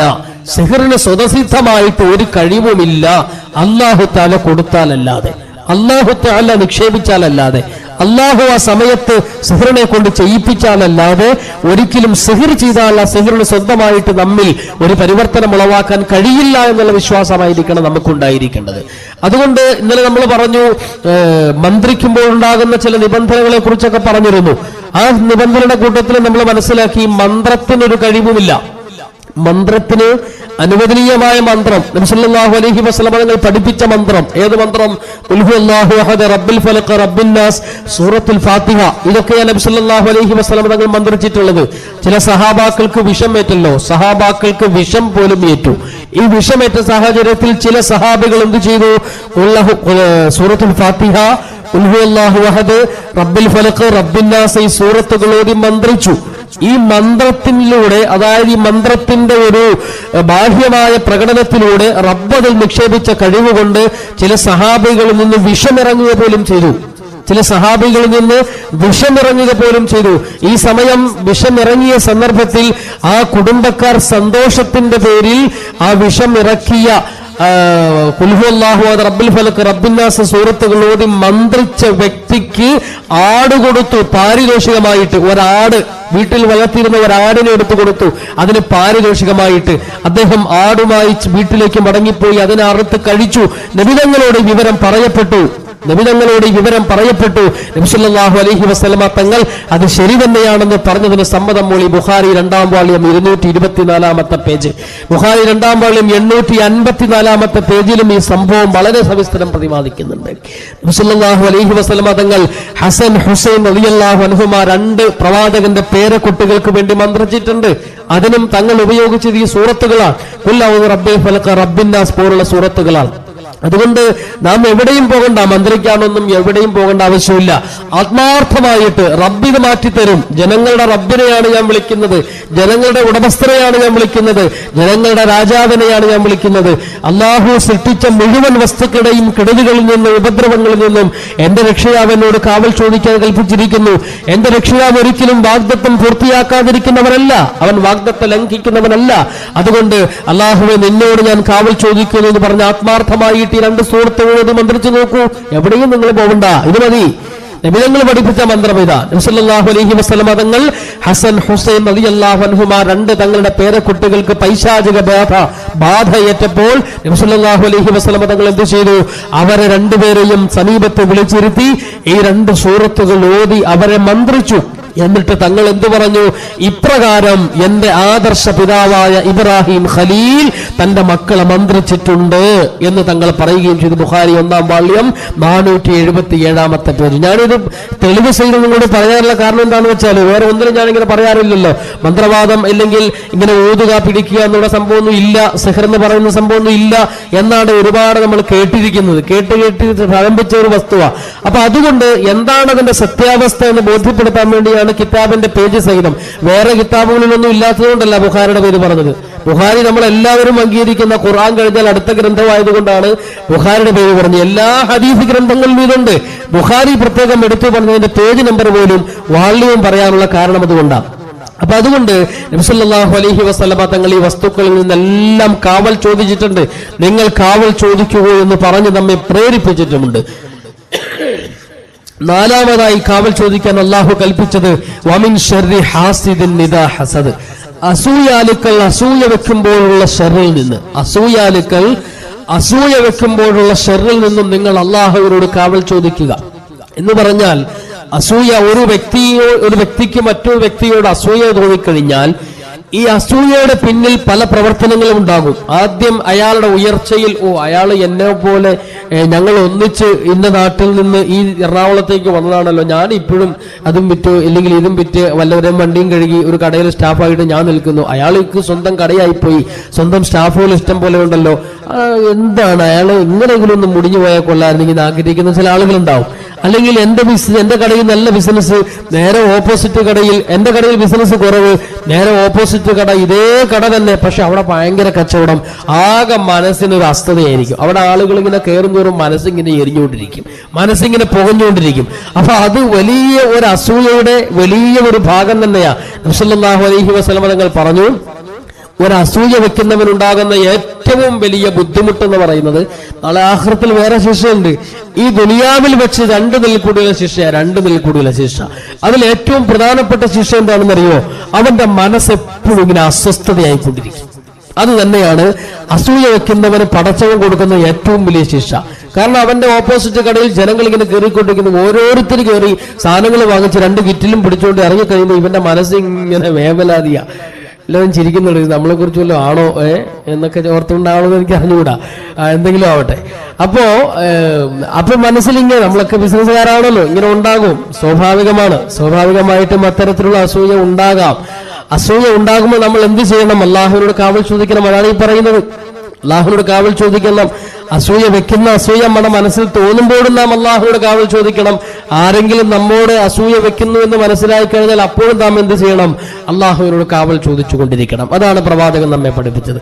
അപ്പൊ ഒന്നാമതായിട്ട് അസൂയ വെക്കുന്നവരുണ്ടാകുന്ന ദുനിയാവിൽ വെച്ചുണ്ടാകുന്ന ശിക്ഷ, അവന്റെ മനസ്സിങ്ങനെ തകർന്നുകൊണ്ടിരിക്കും. ഉറക്കം വരുമോ? വീട്ടിൽ പോയി കിടന്നാലും ഭയങ്കര കച്ചവടമായിരുന്നു, ഇന്ന് എന്ത് കച്ചവടം, രാവിലെ മുതൽ വൈകുന്നേരം വരെ കച്ചവടം. ഒരു സമയത്ത് പോലും ആളിറങ്ങാതെ ഇരുന്നിട്ട് എപ്പോ നോക്കിയാലും കട നിറച്ച ആളാ.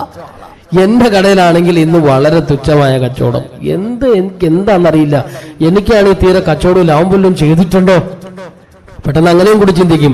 അവൻ ഇനിയിപ്പോ വല്ലതും ചെയ്തുകൊണ്ടാണോ ആളുകളൊക്കെ അങ്ങോട്ട് പോകുന്നു, എന്റെ കടയിലേക്ക് ആരും വരുന്നുമില്ല, വല്ല എന്തെങ്കിലും ചെയ്തിട്ടുണ്ടോ എന്ന് കരുതി സ്വാമിമാരെയും അയ്യപ്പന്മാരെയും ഒക്കെ പോയി കണ്ട് വല്ലതും ചെയ്തിട്ടുണ്ടോ? എന്റെ മുമ്പിൽ ഇന്നൊരു കടക്കാരനുണ്ട്, എന്നും അവന് ഭയങ്കര കച്ചവടമാണ്, എന്റെ കടയിലാണെങ്കിലും മനുഷ്യനും കയറുന്നുമില്ല, എന്തെങ്കിലും പ്രശ്നമുണ്ടോ ഒന്ന് നോക്കിത്തരണമല്ലോ. അയാൾ പറഞ്ഞു നമുക്കൊരു ഹോമം ഇട്ട് കളയാം. ശരി, ഹോമോ ആമോ എന്ത് വേണമെങ്കിലും ആവട്ടെ, ഒക്കെ ഞാൻ തരാം. അവനൊന്ന് പൊട്ടണം, അവനൊന്ന് തകരണം, ഞാൻ അതിന് എന്ത് വേണമെങ്കിലും ചെയ്യാൻ തയ്യാറാ എന്ന് പറഞ്ഞ് അതിന്റെ പിറകിൽ നടക്കുന്ന ബ്ലാക്ക് ഇതൊന്നും ഇല്ല എന്ന് പറയുന്നവരും, മന്ത്രവാദവും കാര്യങ്ങളും ഊതലും പിടിക്കലും ഒന്നും ഇല്ല എന്ന് പറഞ്ഞ് അങ്ങനെയൊക്കെ ചെയ്യുന്നവരെ പരിഹസിച്ചുകൊണ്ട് നടക്കുന്നവർ, ഇങ്ങനെ ചില ജീവിതത്തിൽ പ്രശ്നങ്ങളൊക്കെ ഉണ്ടാകുമ്പോൾ എന്നാലും എന്നൊരു ചോദ്യം, മറ്റൊന്ന് പോയി നോക്കിയാലോ, അവിടെ എല്ലാവരും ഒന്ന് പോകുന്നുണ്ട്, നമുക്ക് വിശ്വാസമൊന്നുമില്ല, എന്നാലും ഒന്ന് പോയി നോക്കാം. പക്ഷെ ആരെങ്കിലും അവിടെ ചെല്ലുമ്പോൾ നമ്മുടെ മഹല്ലുകാരെങ്കിലും അവിടെ ഉണ്ടെങ്കിൽ എന്ത് ചെയ്യും എന്നോർത്തുകൊണ്ട് ഒരു പേടിയുണ്ട്. പതുക്കെ ബ്ലാക്ക് ഗ്ലാസ് ഒക്കെ വണ്ടിയുടെ ഒന്ന് പൊക്കി കയറ്റിയിട്ട് ആരും കാണാതെ അവിടെ പോയി കാര്യങ്ങൾ നിവർത്തിക്കൊണ്ട് വരുന്നവരുമുണ്ട്, അത് വേറെ. അപ്പൊ ഞാൻ പറഞ്ഞു വരുന്നത് എന്താന്ന് വെച്ചാല്, അസൂയയുടെ പേരിൽ വലിയ കെടുതികളുണ്ടാവും, വലിയ പ്രശ്നങ്ങളുണ്ടാകും.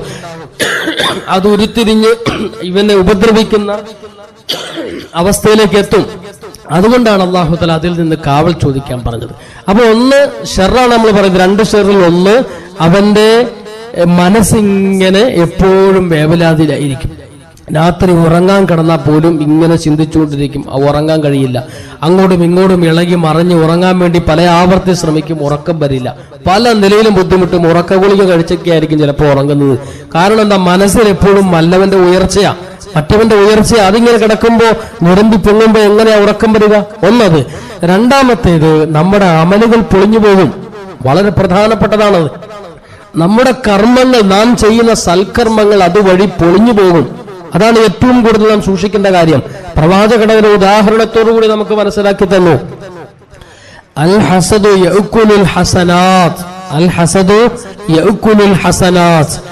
അസൂയ എന്നുള്ളത് നന്മകളെ തിന്നുകളയും, ഇബാദത്തുകളെ തിന്നു നശിപ്പിക്കും. ഏതുപോലെ? കമാ തഅ്കുലുൻ നാറു അൽ ഹതബ, തീ വിറകിനെ തിന്നു നശിപ്പിക്കുന്നത് പോലെ, തീ ഇങ്ങനെ കത്തിക്കൊണ്ടിരിക്കുക. അപ്പൊ അതിൻ്റെ അകത്തേക്ക് വിറകിട്ട് കൊടുത്തു കഴിഞ്ഞാൽ തീയോട് അത് കത്ത്, അത് തിന്ന് എന്നൊന്നും പറയേണ്ട ആവശ്യമില്ല. വിറക് കണ്ടാൽ അതിന്റെ അടുത്ത് തീ ഉണ്ടെങ്കിൽ അത് കയറി പിടിച്ചിരിക്കും, അതിനെ നശിപ്പിച്ചിരിക്കും എന്ന് പറഞ്ഞതുപോലെ നമ്മുടെ മനസ്സ് മുഴുവനും മറ്റുള്ളവരോടുള്ള വിദ്വേഷവും പകയും ഹസദും അസൂയയും കൊണ്ട് നിറഞ്ഞിരിക്കുന്ന കൽബാണെങ്കിൽ ഇവിടെ നമസ്കാരം ആ കൽബിലേക്ക് കടന്നു ചെല്ലുമ്പോൾ അതൊക്കെ പുകഞ്ഞു പോകും. ഹജ്ജ് നമ്മുടെ കൽബിലേക്ക് ചെന്ന് കയറിക്കുമ്പോൾ ഹജ്ജ് പുകഞ്ഞു പോകും. റമദാനിൽ പട്ടിണി ഇരിക്കുന്നുണ്ട് നമ്മള്, അതൊക്കെ പടച്ചവന്റെ മുന്നിൽ നാളെ വിസ്തരിക്കപ്പെടുമ്പോ ഈ അസൂയ കിടന്ന മനസ്സിലേക്ക് ഇബാദത്തിൽ കയറും, അതൊക്കെ പുകഞ്ഞു പോകും, നമ്മൾ അറിയുകയില്ല. അതാണ് പറഞ്ഞത്, തീ വിറകിനെ തിന്ന് നശിപ്പിക്കുന്നത് പോലെ അസൂയുള്ള മനസ്സ്, അസൂയുള്ള ഹൃദയം ഇബാദത്തുകളെ തിന്ന് നശിപ്പിക്കും. നാം ആഖിറത്തെ ചെയ്ത് നോക്കുമ്പോ ഇവിടെ കാശ് മുടക്കി ഹജ്ജിന് പോയിരുന്നു, പക്ഷെ അവിടെ ചെല്ലുമ്പോ ഹജ്ജിന്റെ പ്രതിഫലമൊന്നുമില്ല. കാരണം എന്താ? അത് ഈ ഹൃദയം അത് ഉരുക്കി തീർത്തു, ഹൃദയം അത് നശിപ്പിച്ചു കളഞ്ഞു, അതെല്ലാം പുകഞ്ഞുപോയി. അത് നമുക്കുണ്ടാവുന്ന ഏറ്റവും വലിയ നഷ്ടമാണ്. ഒരസൂയ വെക്കുന്നുണ്ടാവുന്ന ഏറ്റവും വലിയ നഷ്ടം. നാം ഇവിടെ പട്ടിണിയിരിക്കുന്നു, ഖുർആൻ ഓതുന്നു, സദഖ ചെയ്യുന്നു, ഇതൊക്കെ ഈ അസൂയ എന്ന് പറയുന്ന ഒരൊറ്റ ദുർഗുണത്തിന്റെ പേരിൽ നശിക്കപ്പെട്ടു പോകുന്നു, കരിക്കപ്പെട്ടു പോകുന്നു എന്ന് പറയുമ്പോൾ നമുക്കുണ്ടാകുന്ന വലിയൊരു നഷ്ടമാണല്ലോ. അതുകൊണ്ട് നബി സല്ലല്ലാഹു അലൈഹി വസല്ലം തങ്ങൾ പറഞ്ഞു, അസൂയ വെക്കരുത്, അസൂയ വലിയ നാശമാണ്, നമ്മുടെ കർമ്മങ്ങൾ പോലും പൊളിഞ്ഞു പോകും, അവർക്ക് ദുനിയാവിലും അതുകൊണ്ട് അബത്താണ്, നാളെ പരലോകത്തും അബത്താണ്. ഇഹ്യാ ഉലുമുദ്ദീനിൽ മഹാനായ ഇമാം ഗസ്സാലി റഹ്മത്തുള്ളാഹി അലൈഹി ഒരു സംഭവം പറയുന്നുണ്ട്, ഒരു രാജാവിന്റെ സംഭവം. അദ്ദേഹം രാജാവിന്റെ അടുക്കൽ, രാജാവിന്റെ ഏറ്റവും അടുത്ത ഒരു സുഹൃത്ത്, ഒരു പ്രധാനമന്ത്രി, രാജാവിന്റെ ഏറ്റവും അടുത്തയാൾ, അയാളെ കുറിച്ച് അയാളുടെ ഉയർച്ചയിലും രാജാവിനോടുള്ള സ്നേഹത്തിലും ബന്ധത്തിലും അസൂയ പൂണ്ട മറ്റൊരു വ്യക്തി ഇയാളെ രാജാവിൽ നിന്ന് എങ്ങനെയെങ്കിലും ഒന്ന് അകറ്റണം എന്ന് തീരുമാനിച്ചു. അകറ്റണമെന്ന് തീരുമാനിച്ച ഈ മനുഷ്യൻ പല പണികളും നോക്കിയിട്ട് ഒന്നും നടക്കുന്നില്ല. അവസാനം ഈ മനുഷ്യൻ എന്ത് ചെയ്തു? രാജാവിനോട് ചെന്ന് പറഞ്ഞു, മഹാരാജാവേ, അങ്ങേക്കറിയോ, അങ്ങ് ഏറ്റവും നല്ലവനാണെന്ന് കരുതി അങ്ങയോട് ചേർത്തിരുത്തുന്ന ഈ വ്യക്തിയുണ്ടല്ലോ, ഇന്ന വ്യക്തി, അയാള് അങ്ങയെക്കുറിച്ച് എന്തെല്ലാം കാര്യങ്ങളാണ് വെളിയിൽ പറഞ്ഞുകൊണ്ട് നടക്കുന്നതെന്നറിയോ? അസൂയ കാരണം അയാൾ ദർബാറിൽ നിന്ന് വലിച്ചെറിയുന്നതിന് വേണ്ടി മറ്റൊരാൾ അസൂയ കൊണ്ട് ചെയ്ത പണിയാ. രാജാവിനോട് ചെന്ന് പറഞ്ഞു, എന്തൊക്കെ അങ്ങയെ കുറിച്ച് എന്തെല്ലാം അപരാധങ്ങളാ പറഞ്ഞുകൊണ്ട് നടക്കുന്നത്. അയാള് പറയുക, അങ്ങ് പല്ല് തേക്കൂല. നിങ്ങൾ രാജാവ്, മഹാരാജാവ് പല്ല് തേക്കൂല, രാജാവിന്റെ സമീപത്തേക്ക് പോലും പോകാൻ പറ്റില്ല, ഭയങ്കര ദുർഗന്ധമാണെന്ന് അയാൾ ഇങ്ങനെ പറഞ്ഞു വരുത്തിക്കൊണ്ടിരിക്കുക. മഹാരാജാവ് ഇത് വല്ലതും അറിയുന്നുണ്ടോ? രാജാവ് എന്റെ ഏറ്റവും അടുത്ത ആളാണെന്ന് കരുതി ചേർത്തിരുത്തുക. ഇങ്ങനെയൊക്കെ അയാൾ നാട് മൊത്തം പറഞ്ഞുകൊണ്ട് നടക്കുന്നു. എല്ലാവരും രാജാവിനെ കുറിച്ച് ഇത്തരത്തിൽ ചിന്തിച്ചുകൊണ്ടിരിക്കുകയാണല്ലോ. ഞാൻ അങ്ങയുടെ ഒരു ഗുണകാംക്ഷിയായതുകൊണ്ട് ഈ വിവരം പറഞ്ഞുവെന്ന് മാത്രം എന്ന് ഇയാൾ രാജാവിനോട് ചെന്ന് പറഞ്ഞു. അപ്പൊ രാജാവ് ഇങ്ങനെ, അത് ശരി, അതൊന്ന് വീക്ഷിക്കണമല്ലോ, അയാൾ എന്നെ കുറിച്ച് ഇങ്ങനെ പറയുന്നുണ്ടോ എന്നൊന്ന് അന്വേഷിക്കണമല്ലോ എന്ന് കരുതി രാജാവ് ഇങ്ങനെ ഇരിക്കുക. എന്നിട്ട് ഇയാൾ എന്ത് ചെയ്തു? രാജാവിന്റെ ഏറ്റവും അടുത്ത വ്യക്തിയെ കുറിച്ചാണല്ലോ ഈ പറഞ്ഞത്. ആ വ്യക്തിയെ വീട്ടിൽ വിളിച്ചൊരു സദ്യ കൊടുത്തു. വീട്ടിൽ വിളിച്ച് നല്ലൊരു സദ്യ.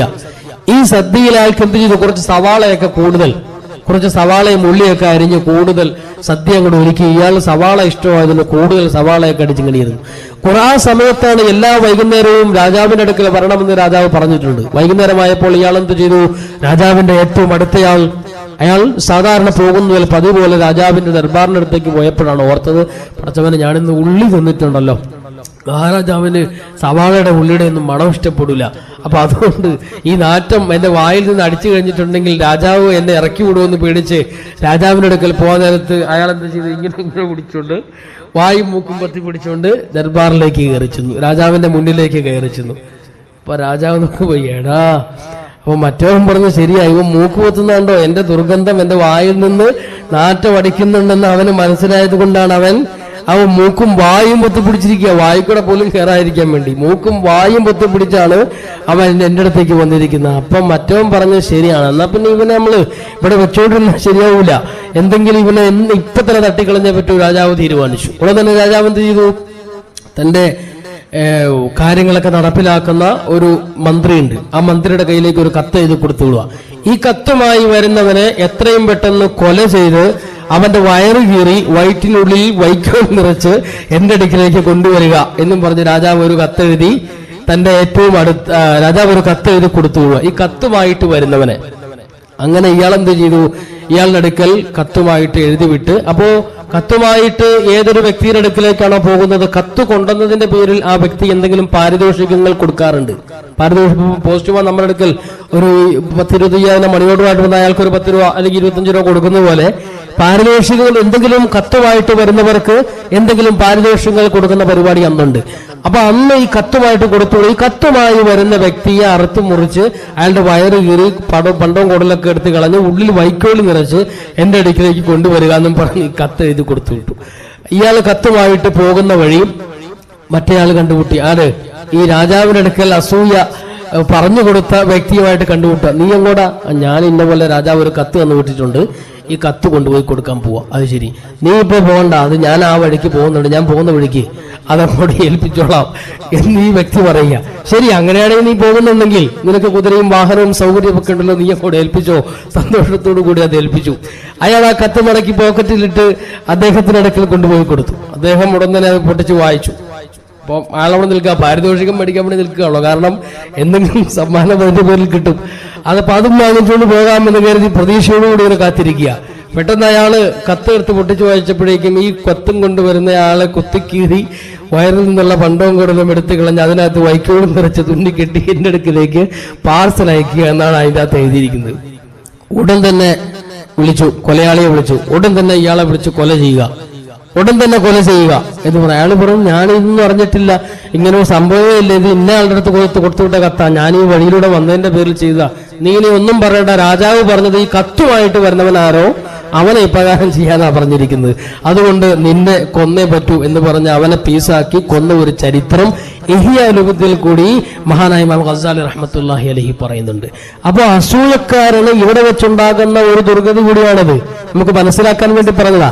അസൂയ വെക്കുന്നവന് ഈ ദുനിയാവിൽ വെച്ചുണ്ടാകുന്ന അല്ലാഹു കൊടുക്കുന്ന ശിക്ഷയുടെ ഒരു ഭാഗമാണിത്. ഇത്തരത്തിൽ ഏതെങ്കിലും ഒരു നിലയിൽ കൂടെയുള്ള ഇടങ്ങേറ് അസൂയ വെക്കുന്ന വ്യക്തികൾക്ക് ഈ ദുനിയാവിൽ വെച്ച് തന്നെ അല്ലാഹു തആല കൊടുക്കും എന്നുള്ളത് ഈ സംഭവങ്ങളൊക്കെ നമുക്ക് മനസ്സിലാക്കി തരുന്നു. അതുകൊണ്ട് ഈ ആയത്തുകളിൽ കൂടി അല്ലാഹു തആല പറയുന്നത്, നിങ്ങൾ ആരോടും അസൂയ വെക്കരുത്. ആരെങ്കിലും അസൂയ നിങ്ങളോട് വെച്ചാൽ അവന്റെ ഷർറിൽ നിന്നും നിങ്ങൾ അല്ലാഹുവിനോട് കാവൽ ചോദിക്കണം. അവനോട് ചോദിക്കാൻ പോകരുതെന്ന്. അവനോട് ചോദിക്കാനോ അവനോട് പക വീട്ടാനോ അവന്റെ പേരിൽ വൈരാഗ്യം വെക്കാനോ അവനോട് ചോദിക്കാനോ പ്രശ്നം ഉണ്ടാക്കാനോ ഒന്നും പോകണ്ട. ഒക്കെ എന്ത് ചെയ്യുക? റബ്ബിലേക്ക് വിട്ടേക്കുക. ഇതാണ് അല്ലാഹു തആല നമ്മെ പഠിപ്പിക്കുന്ന ഈ സൂറത്തിലൂടെ പഠിപ്പിക്കുന്നത്. അപ്പോൾ അല്ലാഹു പ്രധാനമായും ഇതിൽ ഖുൽ അഊദു ബിറബ്ബിൽ ഫലക്, ശ്രദ്ധിച്ചു കേൾക്കുക. ഖുൽ, പ്രവാചകരെ അങ്ങ് പറയുക, അഊദു, ഞാൻ കാവൽ ചോദിക്കുന്നു, ബിറബ്ബിൽ ഫലഖി, പുലരിയുടെ രക്ഷിതാവിനോട്, പുലരിയുടെ രക്ഷിതാവിനോട് ഞാൻ കാവൽ ചോദിക്കുന്നു. എന്തിൽ നിന്നും? മിൻ ശർരി മാ ഖലഖ്, അല്ലാഹു സൃഷ്ടിച്ച എല്ലാ വസ്തുക്കളുടെയും ഷർറിൽ നിന്ന്. എല്ലാ വസ്തുക്കളും നമുക്ക് വേണ്ടി പുരോഗതിക്ക് നമ്മുടെ നന്മയ്ക്ക് വേണ്ടി സൃഷ്ടിച്ചതാണെങ്കിലും അവകളിലൊക്കെ നാം അറിയാത്ത ഷർറുകളുണ്ടല്ലോ, നമുക്കത് അറിഞ്ഞുകൂടാ. സൃഷ്ടിച്ച റബ്ബിന് മാത്രമേ അതറിയൂ. അതുകൊണ്ട് ഇവകളിൽ നീ അടക്കം ചെയ്തിട്ടുള്ള എല്ലാ ഷർറിൽ നിന്നും നിന്നോട് ഞാൻ കാവൽ ചോദിക്കുന്നു. മിൻ ശർരി മാ ഖലഖ് വമിൻ ശർരി ഗാസിഖിൻ ഇദാ വഖബ്, രാത്രി അത് ഇരുൾമുട്ടി, അത് രാത്രി ഇരുണ്ടിരുണ്ട് വരുമ്പോൾ അതിനും ഉണ്ടായേക്കാവുന്ന എല്ലാ ഷർറുകളിൽ നിന്നും നിന്നോട് ഞാൻ കാവൽ ചോദിക്കുന്നു. വമിൻ ശർരി ഗാസിഖിൻ ഇദാ വഖബ് വമിൻ ശർരി നഫാസാതി ഫിൽ ഉഖദ്, കെട്ടുകളിൽ നൂലുകളിൽ മന്ത്രിച്ച് ഊതുന്ന, കെട്ടുകളിൽ ഊതുന്ന ദുർമന്ത്രവാദികളുടെ ഷർറിൽ നിന്നും അല്ലാഹുവേ നിന്നോട് ഞാൻ അഭയം ചോദിക്കുന്നു. വമിൻ ശർരി ഹാസിദിൻ ഇദാ ഹസദ്, അസൂയാലുക്കൾ അസൂയ വയ്ക്കുമ്പോൾ അതിന്റെ പേരിൽ ഉണ്ടായേക്കാവുന്ന എല്ലാവിധ ഉപദ്രവങ്ങളിൽ നിന്നും അല്ലാഹുവേ നിന്നോട് ഞാൻ ശരണം പ്രാപിക്കുന്നു. ഇതാണ് ഇതിന്റെ അർത്ഥം. അള്ളാഹുവിനോട് കാവൽ ചോദിക്കാൻ പറ്റിയ സൂറത്താണ്. പ്രവാചകൻ ഈ 2 സൂറത്തുകൾ ഉപയോഗിച്ച് അള്ളാഹുവിനോട് കാവൽ ചോദിക്കാറുണ്ടായിരുന്നു. നമ്മെ പ്രവാചകൻ അതിനുവേണ്ടി ഉപദേശിക്കുകയും പഠിപ്പിക്കുകയും ചെയ്തു. ഇവിടെ വളരെ പ്രധാനമായും ഞാൻ ഇന്ന് തരുന്ന ഏറ്റവും വലിയ മെസ്സേജ് എന്താണെന്ന് വെച്ചാൽ, ഈ 2 സൂറത്തുകളും കാണാപ്പാടമില്ലാത്തവർ നമ്മുടെ കൂട്ടത്തിൽ ആരുമില്ല. ഈ 2 സൂറത്തുകളും നമ്മിൽ എല്ലാവർക്കും അറിയാവുന്നവരാണ്. ഞാൻ എപ്പോഴും പറയാറുണ്ട്, ഖുർആൻ നമ്മൾ പാരായണം ചെയ്തുകൊണ്ടിരിക്കണം. ഖുർആൻ അവതീർണമായ മാസമാണ്, ഖുർആൻ ഇറങ്ങിയ മാസമാണ്, ഖുർആനുമായിട്ട് കൂടുതൽ ബന്ധം വേണം, ഖുർആന്റെ നിയമങ്ങൾ പഠിക്കണം, അതെപ്പോഴും പാരായണം ചെയ്തുകൊണ്ടിരിക്കണം. റമദാൻ അല്ലാത്ത മാസത്തിൽ പോലും ഖുർആൻ ഓതിയാൽ ഒരു ഹർഫിന് 10 നന്മയായി, ഏറ്റവും ചെറുത്. ഖുൽ എന്ന് പറഞ്ഞാൽ 20 നന്മയായി. അത് റമദാൻ അല്ലാത്ത മാസത്തിൽ ഇത് ഓഫറുകളുടെ കാലമാണല്ലോ. മുമ്പ് ഞാൻ പറഞ്ഞല്ലോ, അള്ളാഹുവിന്റെ ഓഫറിന്റെ കാലമാണ് ഇത്. ഇപ്പൊ നമ്മൾ ഓണത്തിന്റെ ഓഫറുകളുണ്ട്, ഒരുപാട് ഓഫറുകൾ. അങ്ങേയറ്റം പോയാൽ ഒരു മിക്സി എടുത്താൽ എന്താണ് ഇപ്പൊ അതിനൂടെ ഫ്രീ ഉള്ളത്? കടക്കാറുണ്ടല്ലോ. നിങ്ങൾക്കൊരു പരസ്യം കൂടിയാ പറഞ്ഞോ? ആരും പറയുന്നില്ല. അപ്പൊ ഒരു മിക്സി എടുത്താൽ അതുപോലുള്ള എന്തോ ഒരു ചെറിയൊരു പാത്രം ഫ്രീ ഉണ്ട് അല്ലേ? ഒരു ഫാൻ എടുത്താൽ അതുപോലെ എന്തോ ഒരു സാധനം, ചെറിയൊരു സാധനം ഫ്രീ ഉണ്ട്. എന്താണെന്ന് എനിക്ക് അറിഞ്ഞുകൂടാ, ഞാനത് വാങ്ങിക്കാത്തുണ്ട്. അപ്പൊ അങ്ങനെ ചെറിയ ഒരു സാധനം ഒന്നെടുത്താൽ ഒന്ന് ഫ്രീ. ഇനി അല്ലെങ്കിൽ ഒന്നെടുത്താൽ 2 ഫ്രീ. അതിലപ്പുറം ഉണ്ടോ? ഇല്ലല്ലോ. ഇതോ ഒന്നെടുത്താൽ 70 ഫ്രീ. പടച്ചവന്റെ ഓഫർ. പടച്ചവനെ കടത്തിപ്പെട്ടാൽ ആരെങ്കിലും ഉണ്ടോ? അല്ല പറയാ, ഒന്നെടുത്താൽ 70 ഞാൻ തരാം. ഒന്നിന് ഏറ്റവും ചെറുത് 70. അപ്പൊ അതുകൊണ്ട് റമദാൻ അല്ലാത്ത മാസത്തിൽ ഒന്നിന് 10 തരുന്ന റബ്ബ്, ഖുർആന്റെ ഓരോ ഹർഫിനും 10 തരുന്ന റബ്ബ്, ഖുൽ എന്ന് പറഞ്ഞാൽ 20 തരുന്ന റബ്ബ് റമദാൻ അല്ലെങ്കിൽ പോലും. അപ്പൊ റമദാനിൽ എത്രയായിരിക്കും അതിന്റെ പ്രതിഫലം? അതുകൊണ്ട് നമുക്ക് ഖുർആൻ ഓതാൻ അറിയില്ല, ഖുർആൻ എനിക്കറിയില്ല എന്ന് പറഞ്ഞ് ഒഴിഞ്ഞു മാറരുത്. 2 സൂറത്തുകൾ നമുക്കറിയാവുന്ന സൂറത്താണ്. ഇത് മാത്രം ഓതിയാൽ മതി. ഇത് മാത്രം ഓതിക്കൊണ്ടിരുന്നോ? നിങ്ങൾക്ക് കിട്ടുന്ന സമയത്ത് ഇത് മാത്രം ഓതിക്കൊണ്ടിരുന്നു. ഇതിന്റെ പ്രയോജനം മനസ്സിലായല്ലോ, ഇതിന്റെ ഗുണം മനസ്സിലായല്ലോ. ഇത് ഖുർആനാണ്. ഓരോ ഹർഫിനും അതിന് എത്രയോ പ്രതിഫലം. റമദാൻ അല്ലെങ്കിൽ പോലുമുണ്ട്, റമദാനിൽ അതിനേക്കാളേറെ പ്രതിഫലമുണ്ട്. നമുക്കൊക്കെ തെറ്റുകൂടാതെ അറിയാവുന്ന സൂറത്തുമാണ്. ഖുർആൻ പോലും കയ്യിലെടുക്കുകയും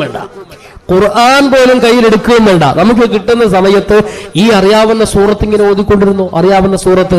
അതുവഴി അപ്പോൾ നാം മനസ്സിൽ ഒന്നുകൂടി ശ്രദ്ധിക്കണം. ഇപ്പോൾ നാം ഈ പറഞ്ഞു തന്ന ഈ അർത്ഥം അതും കൂടി മനസ്സിലൊന്ന് ധ്യാനിക്കണം.